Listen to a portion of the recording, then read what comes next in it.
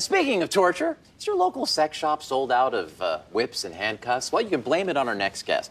Her runaway bestseller, 25 Acts, follows a woman's journey into a world of domination, and it's revolutionizing women's attitudes towards sex. I'm just glad they wanted it all. Her book makes 50 Shades look like a Disney story. She is hot, rich, kinky.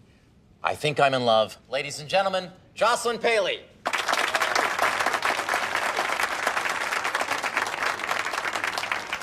I don't know if I should kiss you or spank you. Who says you can't do both? Please.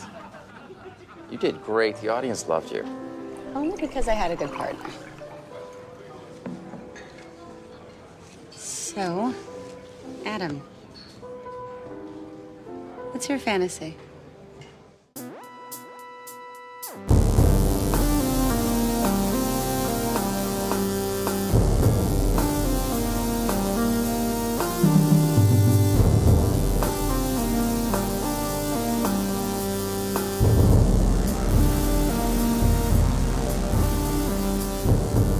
In New York City, sexually based offenses are considered especially heinous. These are their stories.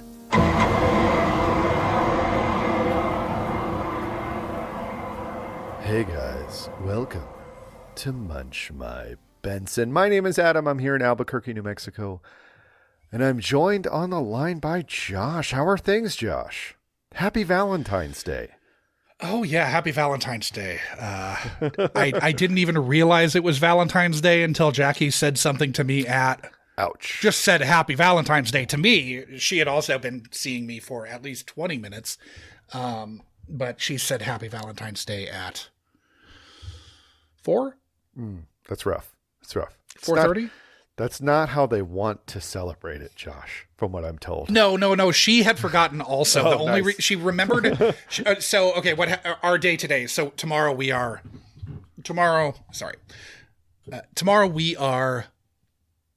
flying to Costa Rica tomorrow morning. Nice. Nice. I have to call the lift in about 6 hours. So That puts a hard cap on the recording here. nah, I'm staying up. Fuck it. I'm gonna sleep on the entire 6 hour plane ride south to Costa Rica. Yeah. So yes, tomorrow we're flying to Costa Rica. Today was get ready for flying to Costa Rica, and neither one of us had any inkling as to what we were going to do for Valentine's Day, because we've been together a very long time. Yeah. I could not forget about Valentine's Day because I've been having to deal with shit for my, things for my child's school all week. Somehow Valentine's Day is you very were right busy with the week. first label, I think. There was a school dance, which when you go to a school dance of a dark gym filled with 5 to 10-year-olds, it's pretty chaotic. I bet. Yeah, but so that was an adventure. We had to get together. Was it done before sunset? No, it was not. Oh shit. That was me. No, that was both of us. Trying to think what else. I had to wake up very early this morning, so I'm a little out of it. I'm going to apologize in advance, but that means that I'm motivated to get this episode in and out, Josh. I'm really motivated to grab this episode, by the back of the neck and ride it all the way home. Yeah. No, but what are you drinking? From my now empty Tony's on the Pier, Redondo Beach, California, Old Tony's, which Munchy Jackie is going to. Wonderful. Not my wife, other Enjoy. Jackie. Because if my wife Jackie was going, I would also be going, and I would be Absolutely. doing nothing but talking about it, which Adam and I just did for about 8 minutes on the Munchy feed. But I've also, in addition to the drink that I just finished, I have a Bell's Robust Porter. Oh, nice. That I was keeping on layaway. Maybe I'll pour my Bullet Rye Rocks is almost done, or my Bullet Rye is almost done. So maybe I'll give myself a half pour of that. But what are you drinking, buddy? Well, it's Irish pub pack season at Costco, so I'm drinking a Smittix right now. Right on. But a Smithwick's Red Ale. Yes, a Smithwick's Red Ale. It's lovely. And I'm only drinking that because, again, I woke up very early today, so I'm trying to stay... I'm trying to maintain the ability to speak. Yes, exactly. Sure. I'm seeing if I can make it to my flight departure time at 6:55 a.m. We'll see. I love that. At least you're not driving to the airport. That shit sucks. So, guys, this week we are watching Season 14, Episode 3-ish. Could be Episode 2. I don't know. Depends on where you see it. But it's called, spelled out, 25 Acts. While Finn is expressing his undying love for repudiated policing techniques, Temp Captain Stephen Harris walks in and announces that while Kragan is not going to be charged in connection with going to jail after waking up next to a dead sex worker, we still have to live with this guy for at least one more episode. He also forms Tutu Munch and Ben Reese as a result of Amaro not feeling like his partner can trust him for reasons that I don't remember and refuse to look up. He held a gun to Cassidy's head. Cassidy was working for the wrong team. Or he was undercover. Yeah, I know, but still, whatever. You know, Nick's gonna Nick, all right? If you don't like having a hothead as a partner, you shouldn't be Olivia Benson, right? That's how I see it. A hothead Catholic as a partner. Exactly. Later, we find Harris shockingly watching a seemingly right-wing talk show hosted by Adam Kane, who segues from racist barbs at Obama's 2012 election campaign to welcoming Jocelyn Paley, the authoress of 25 Acts, the hottest bondage-lit sensation since 50 Shades of Grey. Kane and Paley's witty repartee continues as they move from the soundstage to a swanky restaurant where, sensing the direction this night is going, Jocelyn slips her panties off and hands them to an eager Kane. When they get to his apartment, things seem to be going well chemistry-wise until Kane gets extremely rough and blows through the safety words before strangling her with his belt and raping her. Olmandar called to the hospital by Paley's book tour escort who found her crying with blood on her nightgown the next morning. Paley denies being raped, but when pressed about the obvious bruising from a belt around her neck, she says the anal sex they had was not exactly consensual. Paley can't imagine pressing charges, though, since she'd been flirting with Kane all day. Rollins gets her to submit to a rape kit finally by bringing up the specter of STDs the smarmy talk show host might have been carrying. Rollins and Munch both confess to having encyclopedic knowledge about 25 Acts, which describes an encounter very similar to the one Kane and Paley just had, only it was hot and not traumatic.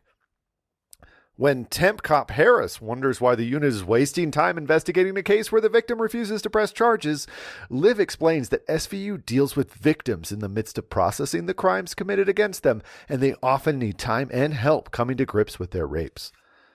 Apparently, having 2 of 5 detectives intimately familiar with this novel is not enough, so Harris orders Amaro purchase some lotion and get reading. He then dresses Liv down for making him look like an asshole in front of the unit, then sends Finn and Munch off to talk to that good guy talk show host who goes to all the police fundraisers, Adam Kane. Kane plays dumb and says that Jocelyn was fine when he shoved her in a cab at 1 a.m. last night. He says they acted out some scenes from the novel and that the belt was her idea. After all, she handed him her panties at the restaurant. Olivia finds Paley at a book signing at what seems to be a swanky sex shop. She tells him that her book tour is more important to her than dealing with this situation and brushes off their pleas to press charges ASAP. Later that night at a party given by Anthracite magazine, Adam Kane proposes a toast to Jocelyn, and at that moment we can tell that she's decided it's time to confront this situation. She puts down her drink and hightails it to the elevator, but Kane reaches it before she can make her escape. He forces his way inside, pushes her against the wall of the elevator, tears down her panties, and rapes her for a second time. This time there is no ambiguity. She goes straight to Benson's apartment, where she tells Liv what happened and blames her for telling Kane that Paley had been raped. This time, she's ready to press charges, and while this rape was also referencing one of the acts from the novel, the security footage from the elevator and her testimony will make strong evidence. The only problem is that the DA's office has been gutted by that 3-part Mega Kragan-sode, but Harris knows a guy, Raphael Barba, who has big brass ego. After a fun little meet cute, Barba tells Liv Manda that he needs to grill Jocelyn so that she will be ready to go in front of a jury and a defense attorney. Barb Ensign sit down with Jocelyn for the grilling. He then talks to the three men of SVU. Amaro tells him they've been rumors swirling about him getting fresh with some interns on set, but none of them ever pressed charges. Barba thinks they need to take this slow and build a rock-solid case, but Rollins lets them know that Kane has already released a monologue claiming that he's been falsely accused of rape. Barba thinks they have to act now, so Munch and Finn arrest him at the same restaurant he went to with Paley and very publicly perp walk him into custody. Kane, being an ultra-wealthy Canadian, is remanded pending trial. But the team needs to get ahead of whatever spicy encounters inspire 25 acts. So Munch to Amaro fly down to Silver Spring, Maryland to interview her former lovers, which is basically just her boyfriend of 4 years, Craig, who says that he definitely didn't get into any rough stuff with his ex-girlfriend. In fact, he didn't even know she was writing a book at the time. Munch thinks the highbrow literary references might mean she fantasized the whole novel, while Nick's thorough reading of her blog post shows that her current slate of sexual references skew much closer to Gilligan's Island than the Marquis de Sade. Benson and Rollins talked to a former intern, Katie, who'd suffered a broken wrist and bruising on her neck while working for Kane, but kept her mouth shut and parlayed that experience into a producer gig. She tells them that she willingly went home with Kane, but didn't ask to be hurt. She said she doesn't need the exposure going public would bring. She says that Kane loses it when he gets that belt in his hand, then walks off. Amaro meets Jocelyn's former Italian literature professor, Kathleen Dobson, and thinks he has a new angle on the case after seeing her fancy old harpsichord. But Barba says he needs to go before the grand jury now.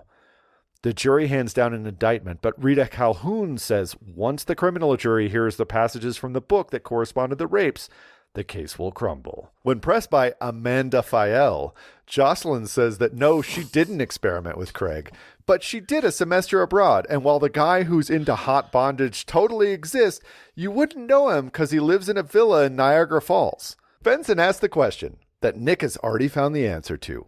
Who wrote the book? She says that it was Dobson's idea to put Jocelyn's name on the book since the professor was worried about her academic reputation, and Pally was knee-deep in student loan debt. Of course, everyone's in a bit of a pickle since Jocelyn testified to the grand jury that she'd written the book, which she had to do because she'll lose the money if she ever admits that she didn't write the book, which is a shame since Barba would be forced to charge her with perjury if she doesn't change her testimony. She runs out. Liv runs after her. Rollins tells Barba he might need to tone it down a bit with this victim. Still, they get her in court where the truth comes out. She says she didn't write a word of the book and doesn't have any rape or bondage fantasies. She was flirting with Kane, but didn't ask to be hit or choked. She says she asked him to stop, but he did not. She also tells the jury that testifying means she has to return all of her royalties. Calhoun's tactic is to wonder how many times Pally has lied. She then plays the tape of Kane's show and wonders how the jury's supposed to tell whether or not she's telling the truth now. Things aren't looking good, but Barba subpoenas Professor Dobson, who admits to writing the book and to approaching Jocelyn about being the public face of the novel. Dobson says the contrast between Jocelyn's aw-shucks girl-next-door demeanor and the lurid sexual content of the novel was sure to generate sales. Kane takes the stand and says everything he and Jocelyn did was consensual. Barba wonders whose idea was the belt. Kane says Jocelyn wanted to experiment with roleplay. Barba then takes off his own belt and demonstrates on himself how Kane would have looped the belt over and around his neck. He then demands that Kane show how he dominated Pally by pulling on the belt around Barba's neck. Kane's first attempts are pathetic, and Raphael demands to be dominated, even yelling at Kane to pull harder, harder, harder, until something snaps in this terrible talk show host, and he aggressively chokes out our new ADA. After he finally lets go, Barba shows the jury there's no mark on his neck, then shows a photo of Jocelyn's badly bruised neck from the day after her first rape, before asking Kane if that's what excites him about sex. This should have been the Dick Wolf. Mic right drop, there. bitch. That should have been the Mic Dick drop, Wolf. bitch. Yeah, it should It's have a been. fucking failure.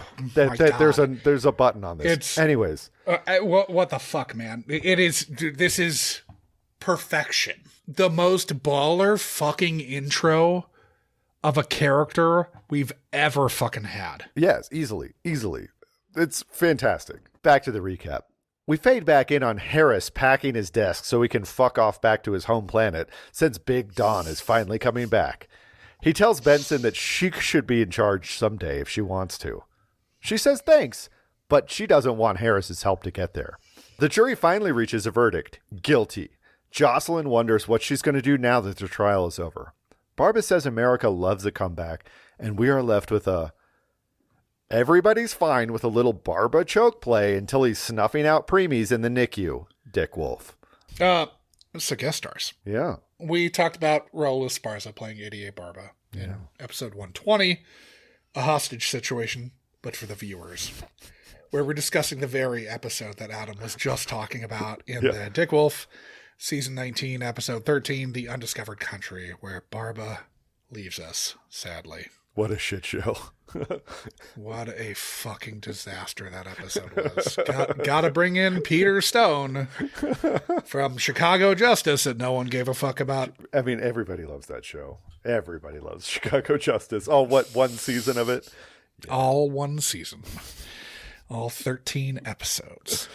We've also already talked about Elizabeth Marvel, defense attorney Rita Calhoun. This is actually her first appearance as Rita Calhoun. Yeah. We talked about her in episode 90. We've got her blooded. We've got to shoot this fast. We're talking season 15, episode 21, Postmortem Blues. We've talked about, I'm never sure if it's Tony or Tanya Patano, Judge Linda Maskin, who was from Weeds. We talked about her in 167. The whole point of the thong is that you don't make the panty line. Discussing season 2, episode 3, Closure Part 2. Mm-hmm. We've discussed Peter McRobbie, Judge Walter Bradley. Mm-hmm. He was talked about in 151. This is basically SVU's Rashomon, which was about season 9, episode 3, Impulsive. Adam Baldwin playing Captain Stephen Harris. He was discussed all the way back in episode 32. Yeah. Who Sharon Benson's, where we're talking about the episodes right before this season. Yeah, the 2-parter. Episode 1, Lost Reputation, and whatever the fuck the one was. But after it. Thank God we don't have to talk about Adam Baldwin anymore. I know. Is this the last one? I think so. It is, right? I think so. I hope it is. We talked about Steve Rosen, public defender Michael Guthrie, in episode 87. God. You'd think that the first step in friendship is not raping somebody. Talking season 19, episode 4, No Good Reason. That's the one with rape lyceum in it. And we've already talked about Roger Bart playing Adam Kane. That's right. I thought I recognized him. Yeah, we saw him playing Benji Dow in episode 166, Don't Ever Compost Your Avocados. We're talking about season 1. Episode 10, Closure. The first one, he was actually Tracy Pollan, Michael J. Fox's wife. Yeah. He was her ex-boyfriend. That's right. I will amend that. You can compost your avocados. Just make sure you got your piles hot. You need to have a hot pile in order to compost your avocados. Hot pile. Yeah. Gotta have a hot pile of compost. That means you got to get you got to have the right ratio of greens and browns, man. It's all about the greens and the browns. You got to have a hot pile of compost with the right ratio of greens and browns. You gotta have a hot pile, guys. First up, Anna Klumsky playing Jocelyn Paley. She was born in Chicago to singer, actress, and former flight attendant Nancy Zunchich, is her maiden name, and Frank Klumsky Jr., a chef and saxophonist. Obviously, she was a child actor. Oh, yeah. Having starred in the My Girl films. Mm-hmm. I saw 2 in the theater. Nice. She took a break from acting to get her BA in International Studies from the University of Chicago. Good for her. Yeah. And University of Chicago, very good school. Yeah, it's a good... great school. Yeah. They weren't just letting her in because she was already, the star in popular films. She was my girl. Yeah. She was my girl. But they're not letting her... It was International Studies, not... Well, it's still, it still looked good. It looked good on the application. Sure.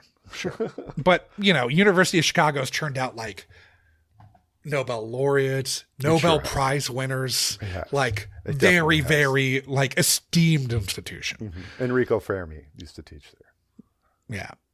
So she worked as a fact checker at Zagat, moving to New York after college, and then as an editorial assistant for a HarperCollins sci-fi imprint. She found that unsatisfying, though, so she began to train at the Atlantic Acting School, which Adams had a run-in, he thinks, on the street with its founder, David Mamet. Yeah. I mean, it's in my mind, in my head canon, that guy was David Mamet. He doesn't even have to be David Mamet, but it was like, it was David Mamet. Though. This is what running into David Mamet on the street is like. He's this man. 100%. He tried to kill you with his car. He just gave me attitude for being a fucking ass. For being a pedestrian. He was being the asshole, and he gave 100%. me attitude for being the asshole. David Mamet was being the asshole Exactly. in this situation that may or may not have involved David Mamet. Yes. But it did. And then after 9 years without a TV or feature film credit, she began acting work again. She is in the films Uncle Buck, My Girl, My Girl 2, Trading Mom, Gold Diggers, The Secret of Bear Mountain, A Child's Wish, Blood Car, and then In the Loop, The Good Guy, The Pill, Bert and Arnie's Guide to Friendship, The End of the Tour, Holla, They Them, On the End, and Brideheart. She was main cast in Veep, for which she had 6 fucking Emmy nominations for supporting actress in a comedy series. Wow. Outstanding supporting actress in a comedy series. And she is fucking fantastic in Veep. She's so good in Veep. She's also main cast in Rugrats and Inventing Anna. She had a recurring role in the Cupid reboot, Lights Out, which Warren Leight was the creator of. White Collar, Hannibal, Halt and Catch Fire, and Smoke. She's in 130 Rock and 2 episodes of the original series. She married Afghanistan vet and Army reservist Sean So in 2008. They met in college. They have 2 daughters. Apparently she has a scene in her Hannibal appearances with Raul Esparza. Oh, that makes sense. Yeah. Romy Rosemont playing Professor Kathleen Dobson. Born in New York City, graduated from Northwestern. She's in the films Dangerous Love, The End of Innocence, Another You, My Life, Congo, The Bachelor, Whatever It Takes, Lovely and Amazing, Zigzag, The Seat Filler, Shop Girl, Friends with Money, An American Crime, Please Give, The Avengers, Much Ado About Nothing, Miles, Different Flowers, Nostalgia, and Bar Fight. She's main cast in Resident Advisors, Beyond, and The Pradeeps of Pittsburgh. She had recurring roles or was in multiple episodes of The Tracy Ullman Show, Intruders, Sleepwalkers, Touched by an Angel, CSI, Crime Scene Investigation. Nice. Prison Break, Brothers and Sisters, Swingtown, King of the Hill, Paul the Matchmaker, Justified, The Fosters, Glee, Silicon Valley, Scandal, American Crime Story, Secrets and Lies, Grownish, You, Big Sky, A Million Little Things, 911, and The Tempest. She was in 1 Chicago Med and 1 episode of the original series. She has been married to Stephen Root. Oh. Since 2008. Interesting. Roy O'Malley is playing Craig here. Craig. Love He's Craig. born in Cleveland, Ohio. Craig. He was born in Cleveland, Ohio, where he was raised by a single mother. He graduated from St. Ignatius High School. He got his BFA in acting from Carnegie Mellon, where he became good friends with Josh Gad and Munch alum Leslie Odom Jr. He's done a ton of theater work, including playing Elder McKinley in The Book of Mormon, for which he was nominated for a Tony for Best Featured Actor in a Musical. He's been in the films Dreamgirls, 8, Jess Plus None, and Lost and Found in Cleveland. He was main cast in Partners and American Princess. He had recurring roles or was in multiple episodes of Modern Family, Bob's Burgers, Central Park, Melon's House Party, Chicago Party Aunt, American Dad, and Not Dead Yet. He's co-founder of the gay rights activist group Broadway Impact, He's creator and host of the podcast Living the Dream with Rory O'Malley. And he is the host of Gavin Playhouse's Unscripted, which I think is a podcast, could be a web series, can't remember. In 2014, he married Gerald Schroeder, with whom he adopted a son in 2018. Then we've got Hallie Cooper Novak playing Katie. She was born and raised in New York City. She got her BA in film studies from Wesleyan and her MFA in acting from the Yale School of Drama. After working in development at Imagine Entertainment, she was Jason Katims' assistant. So the showrunner of Roswell, Friday Night Lights. It wasn't on either of those. I can't remember what he did after that. Oh, Parenthood also, but it wasn't on that either. Yeah. She was a contestant on Who Wants to Be a Millionaire. Ooh. She was in the film City Island and Front Cover. She had a recurring role in The Third Age. She's in One Criminal Intent. She is now an LA-based writer-director with 3 shorts that have played at some festivals. She is also co-founder and producer of Currents, all caps, a series of original one-act plays at the Elysian Theater in LA. Then we've got Lucia Spina, who's playing Sarah Palermo. We saw her playing Alexis Farrow back in season 20, episode 13, A Story of More Woe. She was born in Chicago. So she was in 2 episodes of Pretty Little Liars Original Sin. She's in the films The Noel Diary and Listen. Then we've got Jaylene Marcos playing Lisa Vaughn. She was born in Burlington, Ontario. She's of Filipino descent. She graduated from the American Musical and Dramatic Academy. She joined the tour of A Chorus Line, the national tour of A Chorus Line, upon graduating. She made her Broadway debut in 1999 in Miss Saigon, racking up a slew of credits on Broadway over the next 9 years before an ACL injury led her away from the stage, moving over to TV and film roles. She's in the films Farm Girl in New York, Morning Glory, Before I Disappear, and St. Vincent. She was also in Rent Live. She was main cast in The Bunny Hole. She was in multiple episodes of TMI Hollywood. She's a comedian living in LA now, having trained at UCB, Second City Hollywood, and the People's Improv. She also writes and produces her own comedy blog, Motivational Mondays with V, on her YouTube channel. Then we've got Jane Dashow playing Holly. We saw her playing Mary in episode 220, Carmi's Come to Jesus moment. Talking season 11, episode 21 Torch. Season 11, episode 21 Torch. In addition to character work, she also does voiceover work. She's in the films Demolition, The Wizard of Lies, The Over-Under, Molly and Max in the Future, and 60 Miles North. She teaches acting at Dashow Studios. And lastly, we have Jay McInerney playing himself. He was born in Hartford, Connecticut to Marilyn Jean Murphy, maiden name, and corporate executive John Barrett McInerney Sr. He graduated from Williams College, then got his MA in English from Syracuse, where he studied writing with Raymond Carver. After working as a fact checker at The New Yorker, he wrote the 1984 huge novel, Bright Lights, Big City, about cocaine culture in New York City, written in the second person.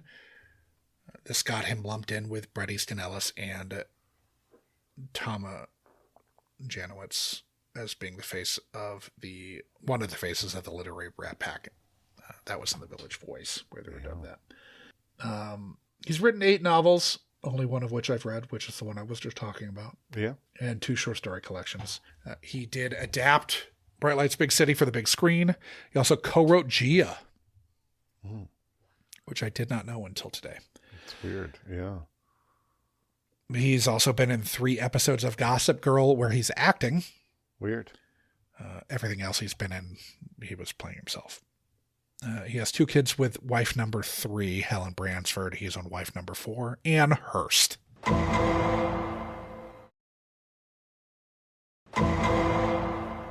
Guys, the episode. Okay, so the first thing I have to talk about is Finn and Benson are talking about, that July 4th murder spree.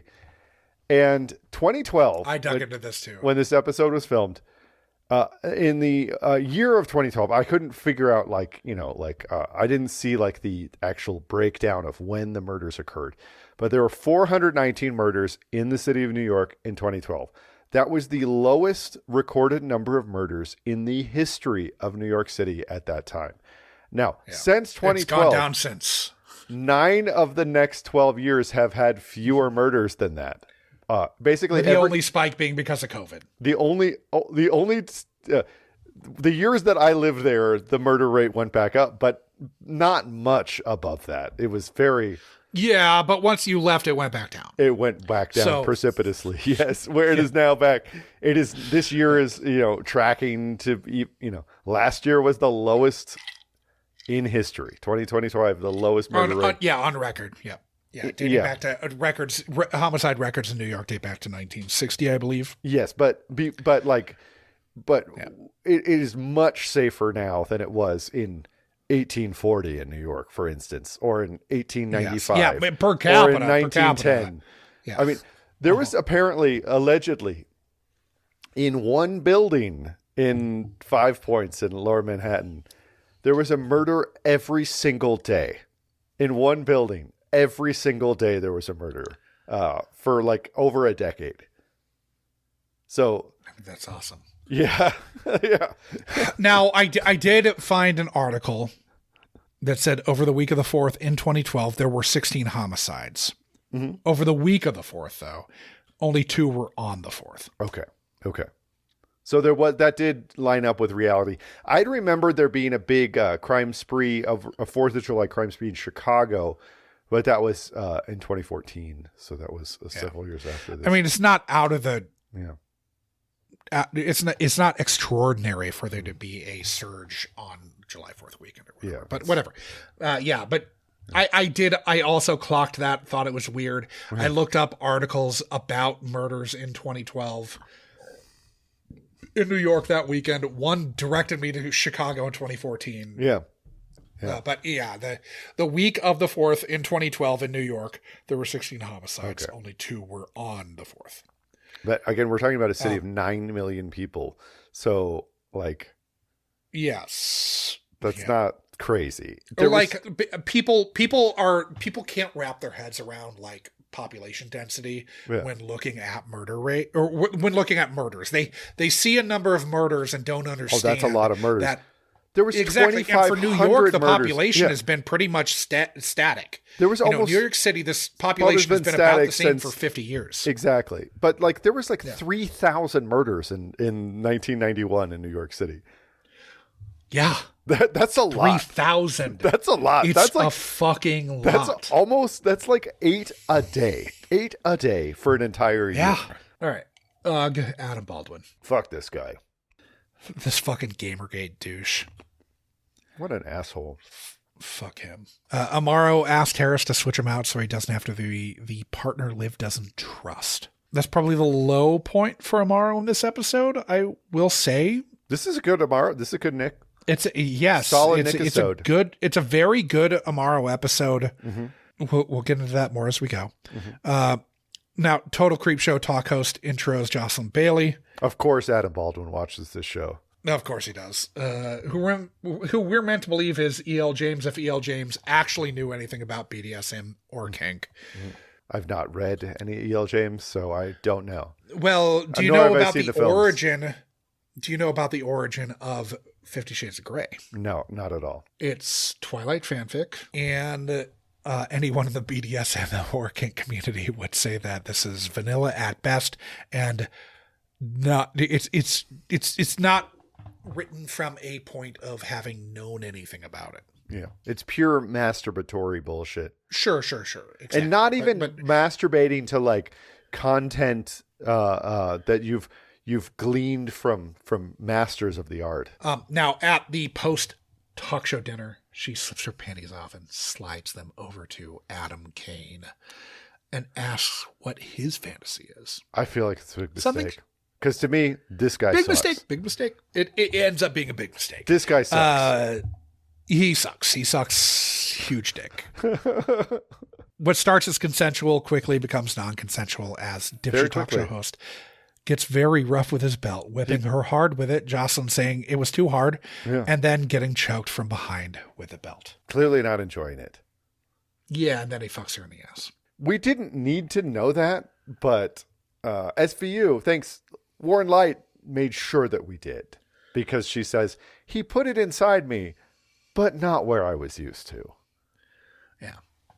I just cut through the bullshit there. Yeah. She told him she wanted him to dominate her, so she doesn't feel like she can say he raped her. Yeah.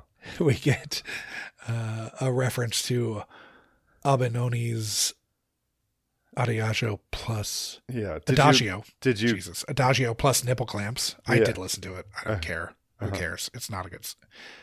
Boring. Munch reads this smut to his dear old mom. He sure does. Mrs. Munch loves this shit. Yeah. This is 5 years before Charlie Rose was Me Too'd, but I assume there were whispers within the industry in NYC. Munch calling Adam Kane one of the good guys makes me think this had to have been about Charlie Rose, right? You think so? Matt Lauer's not until 2017 too. Yeah. I just feel like most talk show hosts are smarmy pieces of shit. I mean, it could be about like Bill O'Reilly or one of those guys. Sure. It could be about him too. Yeah. It might. The only thing that had me thinking that was that he seemed to have like literati on it, but whatever. Yeah, that's true. But he had some right wing raver on it before, so I don't know. Right. So Jocelyn's acting like all is good while it's totally not. But he says that he acted out scenes from her book and that the belt was her idea. Yes. We don't see that happen on screen, but you can't, as a viewer, say that definitely didn't happen. But it's pretty, Jocelyn it's not acts very like ambiguous. Everything's okay. Yeah, but she's trying. It's not ambiguous because she is not into it. Yeah. But because TV shows can play with, varying degrees of information. You can't be 100% sure. Yes, that, exactly. That didn't happen because we didn't see every moment of it. Yeah, they withhold it a little bit. They don't withhold it from the next one. But I do love, but you can tell, her eyes are shifty. She's clearly not in character as much as she was before the talk show when she's at this book signing. So she's acting like everything's good. Even though this lovely Adam Kane, the jolly lady, is saying that she hadn't had an orgasm since her third child, and then she read your book. Can you please sign the book to my husband, your biggest fan? Yeah. And I love that. I love the book for her. I don't care if it's all a fraud and all other things happen, but I'm really happy for that woman. Sure. Yeah. Get off. Yeah. Get off. Mm-hmm. So then at the Anthracite magazine function that night, Adam Kane toasts her very, very creepily, ominously. Very ominous is the right word. Yeah. They really lit him. Yeah. It was not. Well, he seems like a creep, and then like it's sort of like. Well, but the lighting when he's toasting it is it's overhead. It's overhead ghostly. To have the Yeah. Then he rapes her in the elevator. Yeah, and there's no ambiguity. But it is this recalls Munch's line talking about how Adam Kane's one of the good guys. One of the good guys. This is one of the good guys. Loves the NYPD. One of the good guys. One of the good guys. Him, Woody Allen, NYPD. Jeffrey Epstein. Good guys. Jeffrey Epstein, Donald Trump, Genghis Khan, one of the good guys. Adolf Hitler. Howard Lutnick. Bibi Netanyahu, one of the good guys. Great guy. One of the good guys. Great fucking guy. Adam Baldwin. One of the good guys. We also find out that Adam Kane wasn't even on the list. What a fucking gauche motherfucker. Yeah, but I mean, he's not just not one of the good guys. He's gauche. Fuck him. He pulled the "Don't you know who I am" card. He pulled 100%. That card. Yeah. And that card fucking sucks. The people doing the door hate you. Everybody hates you. 100%. Everybody who's ever worked with you hates you. You think he's based on Ellen? So she's pissed. Why did you send detectives to talk to him? This is all your fault. I'm sorry, Josh. I got to go back a little bit. So back at the book signing, I'm just going to address this because we haven't had a really fun art props department. Like, they haven't gotten to do much work. They got to dress up like 12 mannequins in sexy garb, in lurid poses, in this I don't know what this business is supposed to be. I'm really it's called like Intimate Treasures, something like that. It's a sex shop. Intimate Adventures. Okay. It has the name of a sex shop. It has the mannequins of a sex shop. There's no toys. There's no bondage gear. There's no that you product. Can see. They can't put those on NBC, Adam. They've put sex toys on NBC before, Josh, as we just referenced in the last episode title that you read. That is season 21, Adam. This is season 14. So you can put... Lots can change in 7 years. Yeah. Dildos are okay on screen on primetime. Dildos are totes cool in whatever fucking year season 21 happened. So you can choke out an assistant district attorney on the stand, but you can't show With a sex belt, toy? Yeah, belt's not a sex toy. You can't like shove a dildo down his throat and make him choke that way.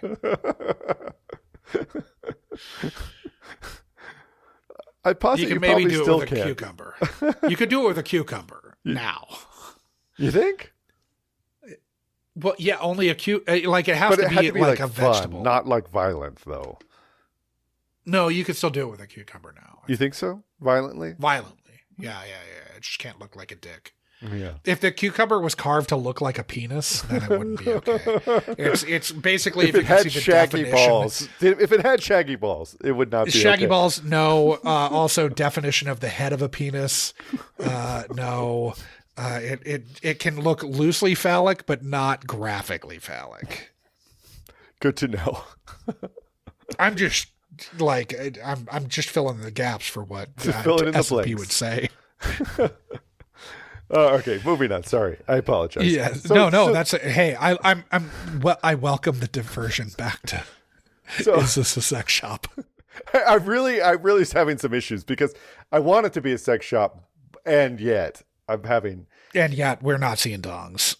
I'm not seeing any dogs, any kinds of dogs. I'm not seeing any of those. Like, I'm sorry, but you could show like a jackrabbit vibrator. You know, that's what I'm talking about. You could show that because it's not like it doesn't have to be a veiny, mock dick.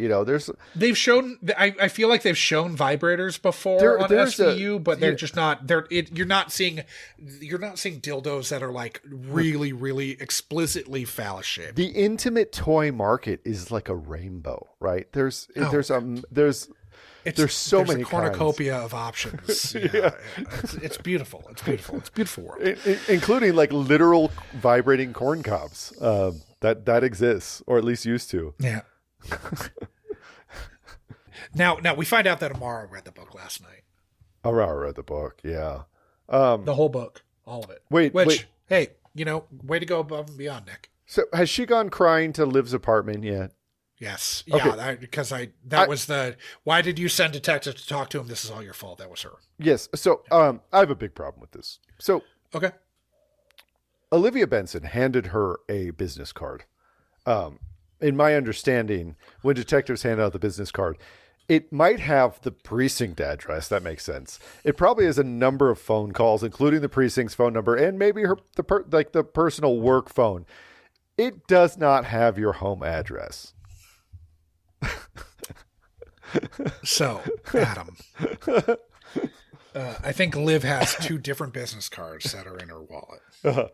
What is She has one normal, the standard one, and then there's one where she has written her address, which is her apartment number. I invade on the back of it. I'm inviting whatever fuck show this evening brings into my life because emphasis on the fucking.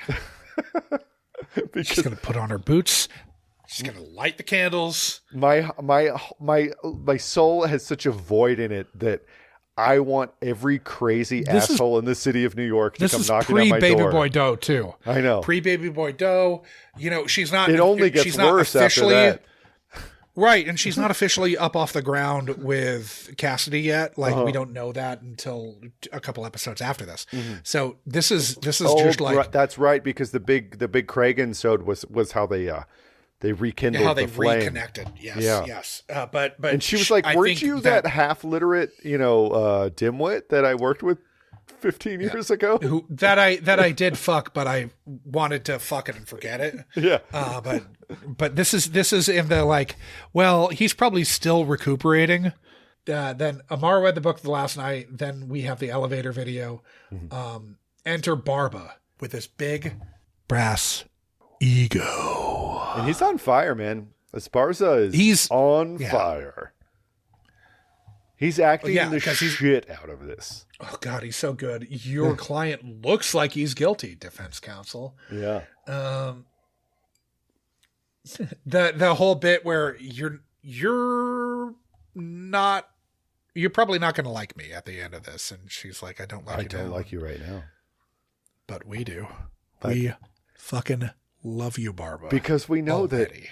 that we've got panache. Wow. This is the first competent ATA in years. Yeah, since Cabot.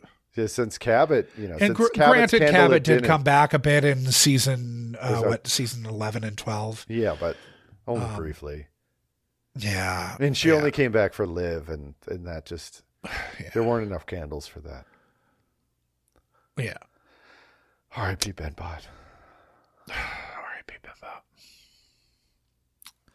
Adam Kane starts the counterattack in the media with a preemptive monologue leaked before it airs. Then Kane claims NYPD has to distract from their hooker scandal.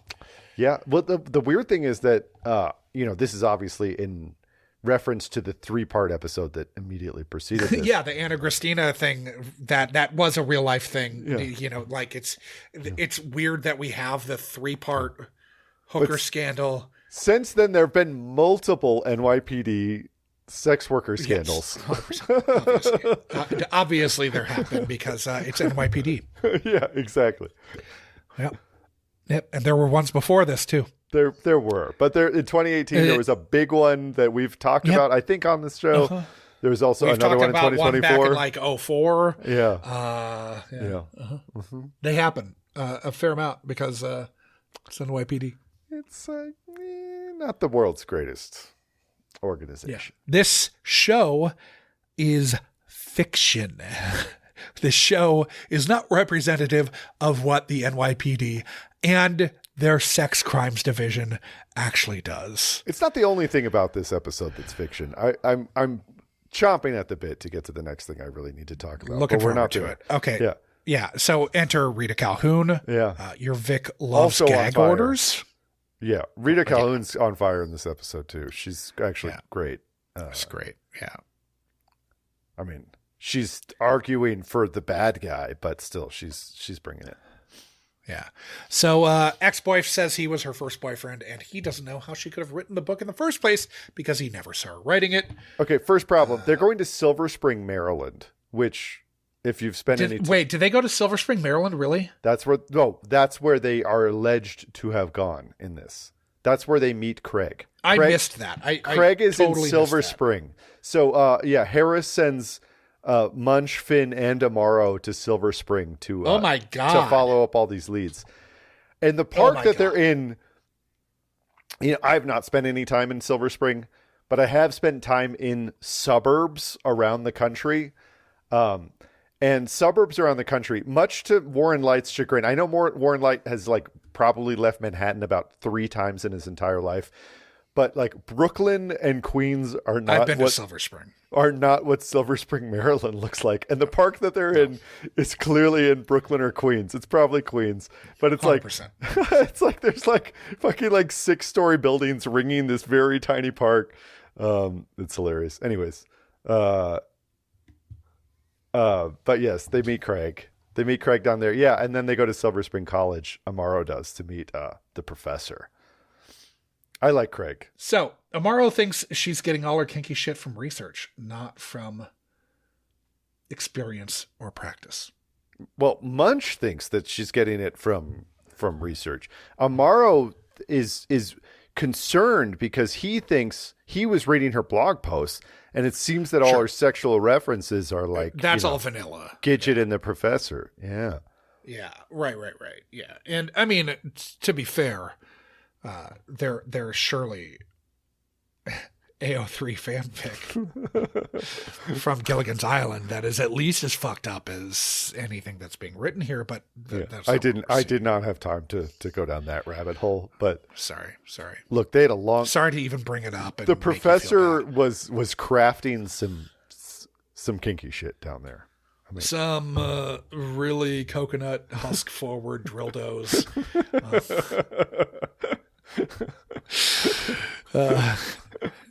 So the former Kane intern was quickly promoted to producer on a food show, and he can't have any female interns anymore.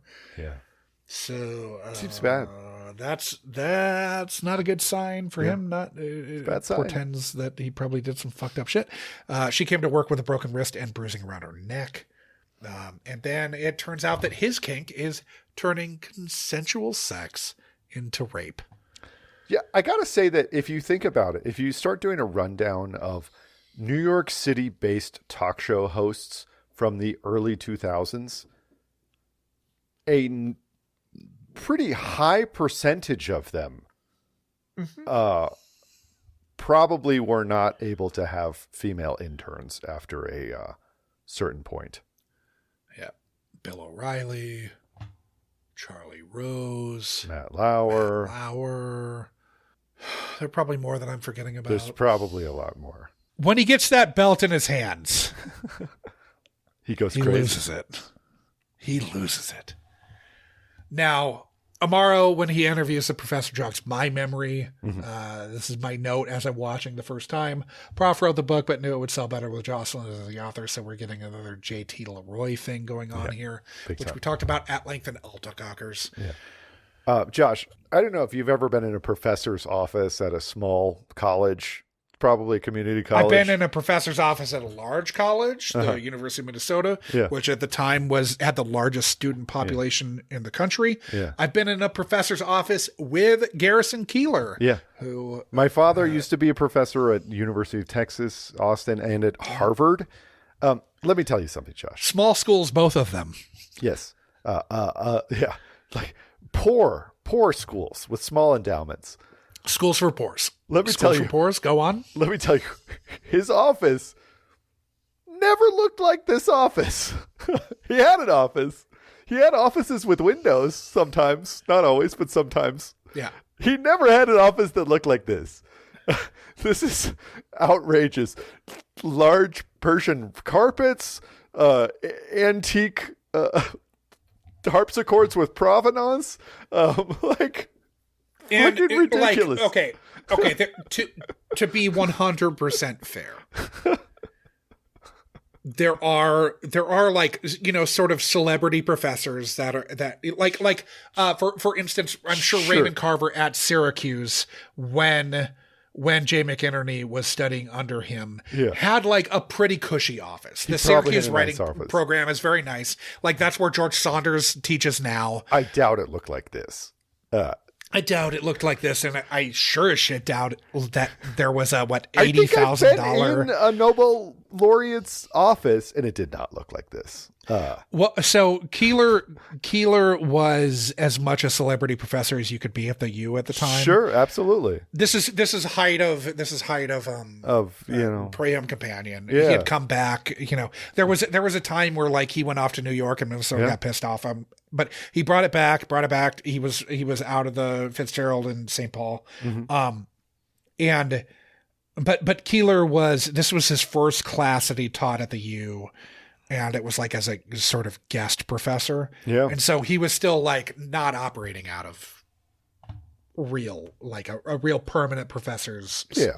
But like if you were at Texas State when Dennis Johnson was there, but Dennis Johnson would have had like, because he was there for a few years. You'd have a good office. Yeah, he would have had a good office, but it didn't look like this. I mean, it didn't look like... No. And it look like Dennis Johnson and Tim O'Brien were both there at the same time. But it didn't look like a 17th century drawing room. You know, like you didn't expect a You didn't expect some like foppish lords with wigs on to come right, powdering Lord themselves in the room. Grantham, Lord Grantham from Downton Abbey was not going to be like entertaining the men. There were no for drinks after dinner service. There were no artfully staged violas in Steven Weinberg, a Nobel Prize winning physicist's office at UT. Sure.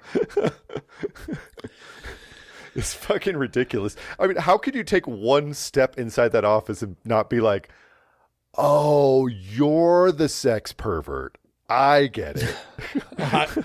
Duh. Okay, so can we take a moment to appreciate Amaro getting to show that he's a good detective here? But he actually does. He sniffs it out soon. He does. What do you think? I mean, we know he has a peculiar sense of smell. So do you think obviously that's been established? Do you think he smelled like the Astroglide in that office? I mean, is that Yeah. Well, she probably uses a water-based lube. Oh, okay. Is Astroglide not water-based? Is it petroleum? I don't think so. Oh. I think it's petroleum. We don't need to look that up. No. I'm looking it up. Yeah. Oh no, it is water-based. It is. Go. Okay. Sorry. Yeah. Josh is over here trying to cancel popular lube products. I'm sorry. A rocket scientist developed. This is Daniel X. Ray, but like Link Ray with a W. A rocket scientist developing super slippery lubricants that could last through high heat and friction. Ooh.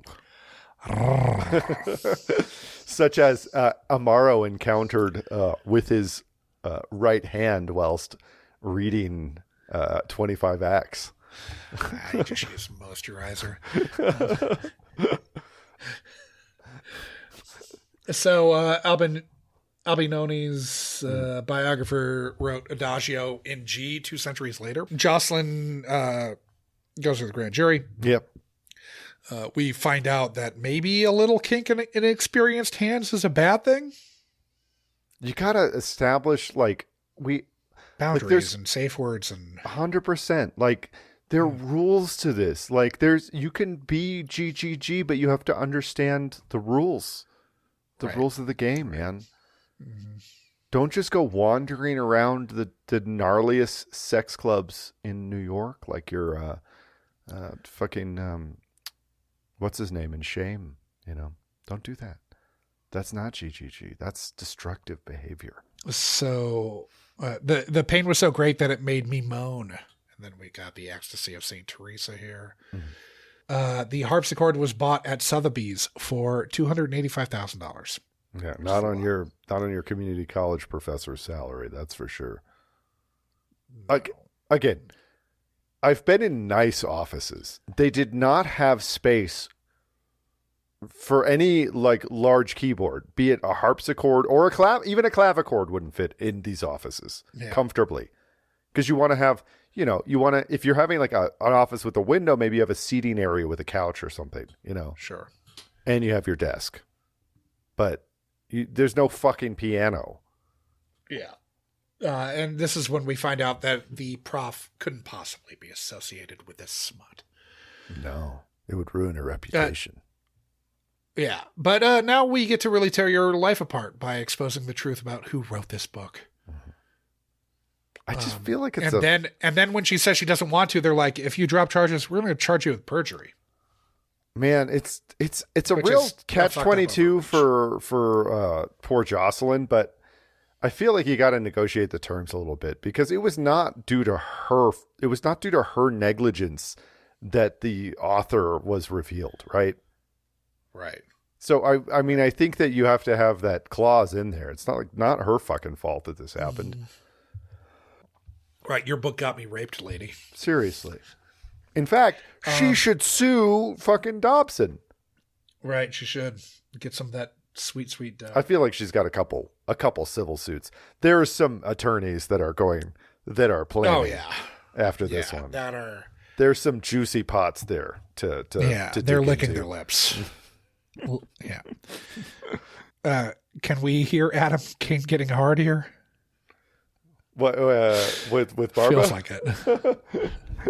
Well, no, before that, okay. like when she's recounting the attack, then Dobson takes a stand.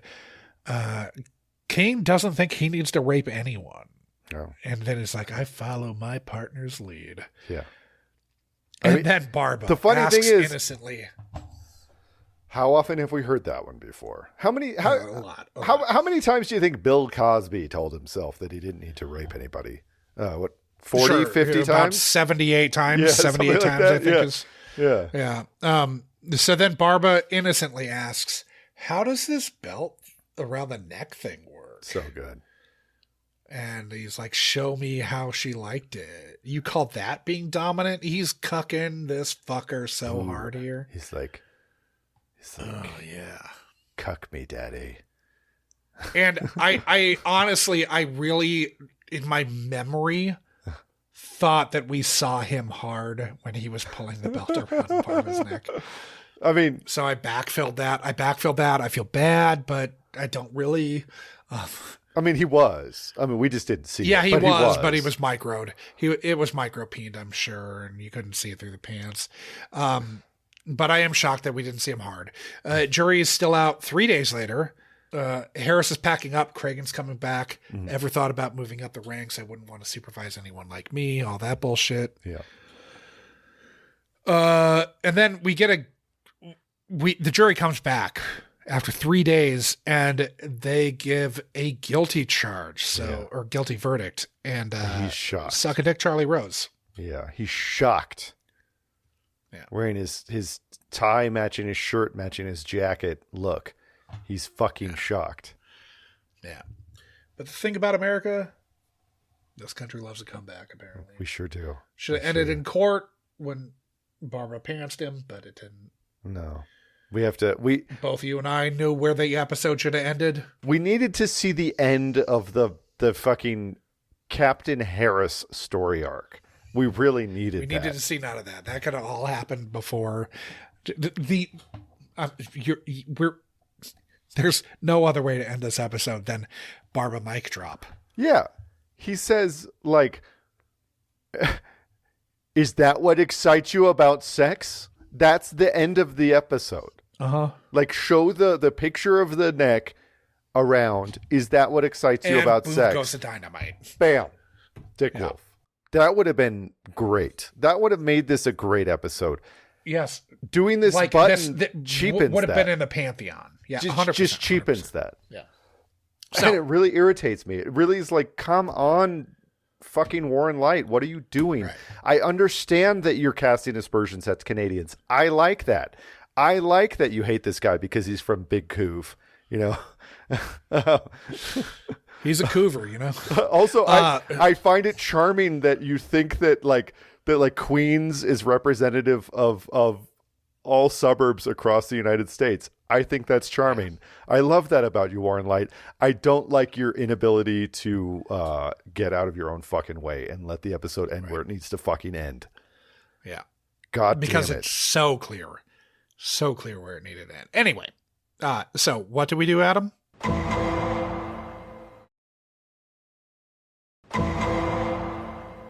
Right now, guys, we rank these episodes. We rank them each and every time we listen to an episode, or each and every time we watch an episode, I suppose. We are ranking on the and this week this was a Munchie's Choice episode. This was a Munchie's Choice episode. In fact, every 10 episodes, we actually mentioned that. Yeah. Yeah, every 10 episodes we put it up for the Munchies to decide. So, if you're going, "Ugh, gosh, why did they choose this episode? I don't want to see Barba getting choked out by a large man on the stand."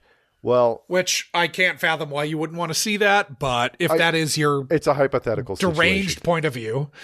Yeah, in about 15 weeks or so, start thinking of an episode that you do want to watch. And you could put that forward in the nomination process and then vote on ones that other people have nominated. And you can decide what episode 260 will be. And assuming that you are a Patreon subscriber. Exactly. which again, we have 2 tiers. We have our Munchies Light tier. They can still vote, right? Munchies Lights. Yes, yeah. Both tiers of Munchies subscribers, paid subscribers can vote for and vote and nominate for. Munchies Light gets you the ad-free versions of these episodes and gets you the ability to vote on the Munchies Choice. The higher Munchies tier gets you these episodes uncut a week in advance, which you're getting a full hour and a half of salacious rumors, Hollywood backset drama. That's what you're getting this week. Yeah, it's a lot too. It's a ridiculous amount. There was stuff that I didn't even talk about that I hinted at, but we also watch movies. By this point, I think Night of the Juggler will have dropped. We haven't recorded it yet, but I think Call Me, you'll drop. Call Me should come out like next week. Next week, I think. Yeah. And then in April, after this episode comes out, we will watch She's All That. So guys, we rank these episodes on the overall quality of the episode, the quality of the guests they're in, how problematic the episode was, and the depth and breadth of lives ruined. Now, overall quality, I think that Wright and Martin are really shooting themselves in the dick here at the end, when this could have ended with like one of the a banger of a court scene, like really 100%. Fucking great, and they kind of kill that vibe. But it's a good episode. Right. I think if it ends with Barba getting choked out and being like, "Look, motherfuckers, no mark," that's where it ends. It's a 10. Yeah, seriously, probably. It's a 10. Like it's really good. We have a really like, salacious story at the center of this. We've got Anna Klumsky's good in this.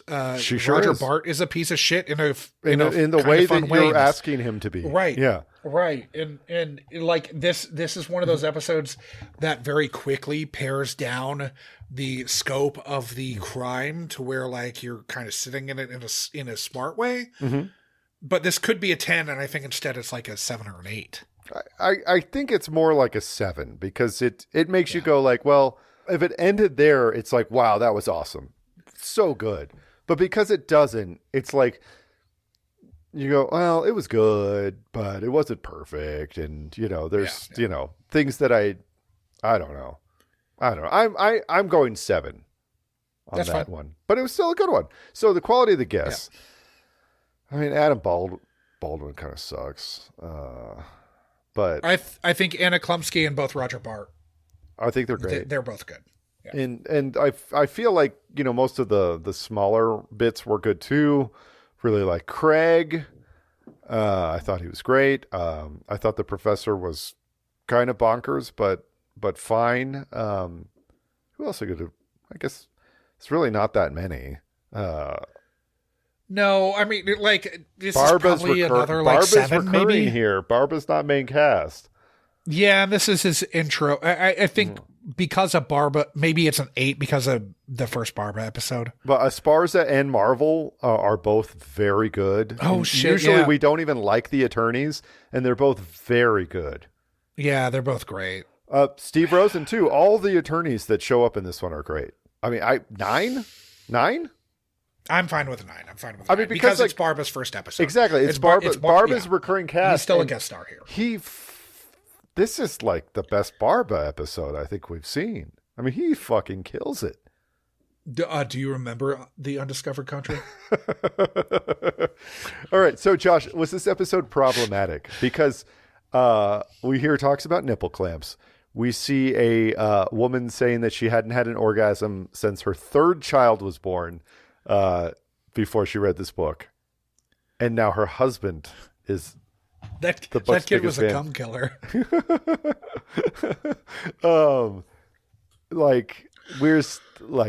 Amaro is reading, sexually explicit novels. Yeah. Munch is reading that novel to his mom in the hospital. We think that it was for this child. We learned that Kim Rollins can read. which is something we didn't know before this. This is right before she's introduced as an actual character, but first time I think that Amanda's talked about her. Yeah. It's pretty good.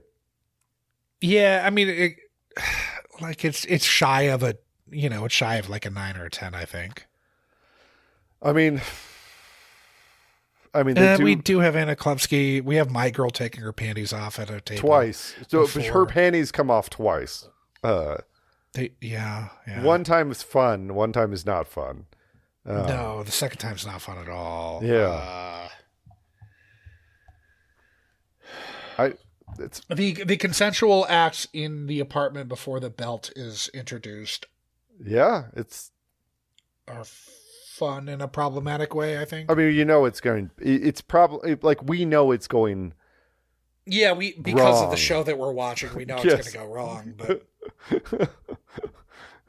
we know that you can't have, you can't come from the suburbs and have consensual sex in New York City and not have it go wrong. Right. Is this an 8? I mean, 7? I think 7 or 8. I think Craig having to answer questions about his lurid sex life is really funny. Like Craig's like that one was actually scene is vanilla. really funny. Yeah. Yeah. Mm-hmm. 8. Let's give it an 8. It's a good episode. It's fun. So, okay, depth and breadth of lives ruined. Man, all the people that really believed in Jocelyn Pally as their authoress, their lives are all ruined. They're going to be shocked to know as Professor Dobson. Yeah, that doesn't matter at all. I'm Josh. I'm obviously kidding. Yeah, I know. We have every woman that's ever interned on the Adam Kane show. Right. We have so there's probably Jocelyn, like obviously. a half dozen victims. Uh-huh. I mean, the issue is, of course, that just we're dealing with a show with a scope that goes much darker than this, right? I mean, this is obviously dark and terrible, and we what's interesting about this is oftentimes in the light and later years, we get the live the victim whisperer thing, where she's going. Like getting the she knows that this person's been victimized, and she's getting the victim to open up about the crime, right? About what happened to them and admit to themselves that it happened. And oftentimes I think that Liv kind of re-traumatizes people in doing this, or, they're not asking for the help that Liv's giving. But this instance, actually, I do think that dynamic is kind of written reasonably well. Moreover, it's not a stretch to say the unit is responsible for the second rape. Okay, they're definitely somewhat responsible. They're not primarily responsible for it, right? If we were assigning percentages here, I would go over 50%. I would go like 60, 65% that they're responsible for the second rape. I still think that Adam Kane was responsible for the second rape. But yes, they definitely Steve Harris. I'm sorry, but if they do not go and talk to him at all, you don't think he seeks her. There's not a second sexual assault. Period. Maybe not. You can't say that. But I agree with you. Yes, they in looking for a victim, they did ensure that she was a victim. Create a victim a second time over. Sure, yeah. Which is a classic SVU move. But at least that interaction does pay off in an interesting way, in that we're forced to Jocelyn. It may pay off in an interesting way, but we're in the depth and breadth of lives room. I understand that, but they're actually doing. They're doing that dynamic in it, I think, better than they usually do, and that does help land Jocelyn's, ruination, her victimhood, right, is landed pretty fucking well, I think. When we get to that party. But that speaks to quality. You're right. That speaks to quality. But right. I think that there is a quality to the way that the victimization is portrayed, right? Which bumps this up. So we've seen episodes where they do a good job at this. We've seen episodes where they do a bad job. And I think that they're doing a better job here. Whether it's Klumsky's performance or the writing, I think they both land it pretty well. I'm not saying it's like a 10, by No, any means. no, but obviously not. But it's like, I don't know, like a 4 or 5, something like that. I'm fine with a 4, I think. Okay. I think there needs to be one, like a category, because it's either this or problematic gets dropped at point. Yeah, no, I think you're right. I think you're right. To penalize for the unit not handling this as well as they should and ending up getting the victim re-victimized because of their actions. Yeah. So, I mean, we're getting an overall score of a 7, which which is fine. That's fine. We have it a little. Oh God, I don't even remember. I think we need to note that the episode's being penalized in a way because the unit. Yeah. So in our ranking, at least like tacitly helps re-victimize her. In recent episodes that have dropped, that we've edited, it is a little bit better in our mind overall than Russian Love Poem, which I called, he prefers to be called Mr. Dozer, and a little bit worse than the last one you did, which was PC 1113. Did you feel like maybe this was Count Chocula product placement? And I think that's actually a sweet spot for it to nestle into. Because this is definitely a better light era, especially, well, Light Point 1 is better than Light Point 2, but this is a better light era episode. Yeah, Light Point 1 is uneven, though, as we have seen. 100%. And this is definitely on the better end of that, for sure. Right, yeah, 100%. Because we just watched another season 14, 2 weeks ago, which was not very good. I barely remember it. What one was that? Born Psychopath. Had Ethan Kutkoski and Hope Davis. I mean, I sort of remember it, but barely. Kid Psycho. Yeah. Josh, I think it is time to roll another episode. Yeah. So, heading over to episode.lol, which was built for this podcast by a friend of the pod, Flet, who's the co-creator of cinequote.net, with my Unkind Rewind co-host, Sean McGrath. Mm-hmm. The tape is spinning. Bill and Ted don't like this one bit. And we've landed in season 15, episode 4, Internal Affairs. Hopefully that's a double entendre, both internal and affairs. Probably not. When Officer Michael Groves ends up in a psych ward after leveling accusations at the 12th Precinct, Internal Affairs asks the team to help investigate. This one features Dean Winters, Robert John Burke, Cassidy, Robert John Burke as Tucker, Bill Irwin as Dr. Peter Lindstrom. Yeah. And then I don't know these other actors. David Conrad, Mark Menchaca. I don't know. Yeah, they don't stick out to me. Lance Roberts, Nadia Dajani. I don't really know who they are. Yeah. Well, maybe we'll recognize them. All right. Well, we're gonna have a Tucker Cassidy sode. All of Liv's ex-boyfriends coming together. Well, this is pre her and Tucker together, right? Yes. She's still with Cassidy here, not with Tucker yet. Jesus Christ. But about to be with Tucker. Fucking soap opera nonsense. Yeah. Anyway. Give us goddamn vampire death metal artists, please. Please. More vamp metal. Anyways, guys, we already plugged the Patreon. Now, if you're looking for links to the Patreon or to our Discord channel, which is probably the best place to discuss these episodes, you're going to want to find those in the show notes. That's probably a good place. Or our website, which is munchbybenson.com. Also, you're going to find the links to our Zazzle merch page. You'll find the links to all the other podcasts Josh has dropped in on, and myself once or twice. You'll find our email address if you want to send us any comments, questions, or concerns. You'll even find a phone number where you can drop us a line and give us an audio message telling us how much you love Barba getting choked out on the stand. The phone number is area code 507-479-6440. Again, that is 507-479-6440. Wow. I really feel like we're like, in an episode of Frasier. Oh, yeah. Yeah. Oh, I should note, by when this drops, I'll have been on Movie Night Extravaganza again, nice. talking about Begonia. Oh, okay. I'm not sure if Sean and I are both going to be on that. They generally only like people to be on if they liked the movie, and I don't know if Sean liked Begonia or not. You liked it? I did. I okay. did. I have not seen it. I keep seeing I see constant advertisements for it. On Peacock? Yes, I sure do.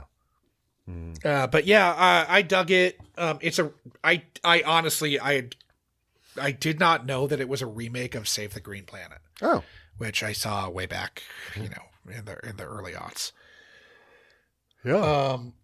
But yeah, I did like it. I honestly think Jesse Plemons should have been both nominated for and won Best Actor this year for.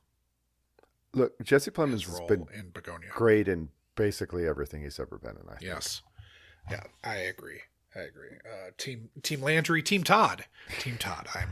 I'm a member of Team Todd. I'm maybe the only member of Team Todd, but he is one of the most interesting characters in Breaking Bad, and it's purely down to his performance. 100%. I think that's it. I think it's time to get out there and start munching, guys. We talked a lot about. You don't want to do another 10 minutes after we've done everything talking about. You don't want to do a riff about a Yeah. different Joss Whedon show. Do you want me to? No. But it does make me not want to watch Buffy, right? Like the show. I can't watch it anymore. It's a bummer. Yeah. Right. Which when it was on, I mean, it was really it's fun. one of the reasons Jackie and I sort of bonded in the first place was Buffy, watching it in the fucking in the TV lounge in the dorms. Yeah. So it kind of sucks. It's not fun going back and watching and seeing that Xander kind of sucks. Yeah. Xander's kind of a creep. And then it gets even worse with, Angel and Spike. Well, yeah. I mean, because Spike rapes Buffy in season 5, and then it's totes okay, right? Anyway. Yeah. Joss Whedon's a scumbag. Yeah. But you know what? If you guys want to get into some throat play, some rough stuff, come up with a safe word ahead of time. And stick to the rules. You don't play by the rules, you don't play at all. That's what they tell me. But guys, every time you get kicked out of the club. But guys, yeah, if you're taking out your belt, do so consensually, please.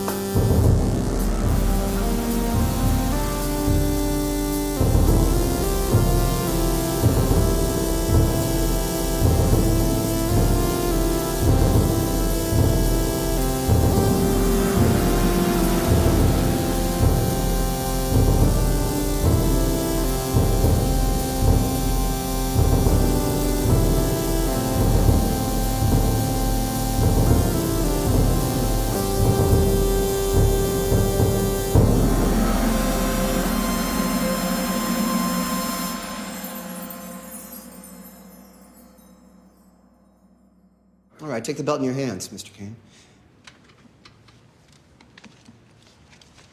Feel the leather. Hold the belt. Now show me how you pulled on the belt. You can do better than that. You call that being dominant? Show me. Show me. Show me. Pull it. Pull it. Pull it! Tell me how you like it. Show me how you like it, Mr. Kane. Come on, pull it. Pull it. This. All right, that is enough, Mr. Barber.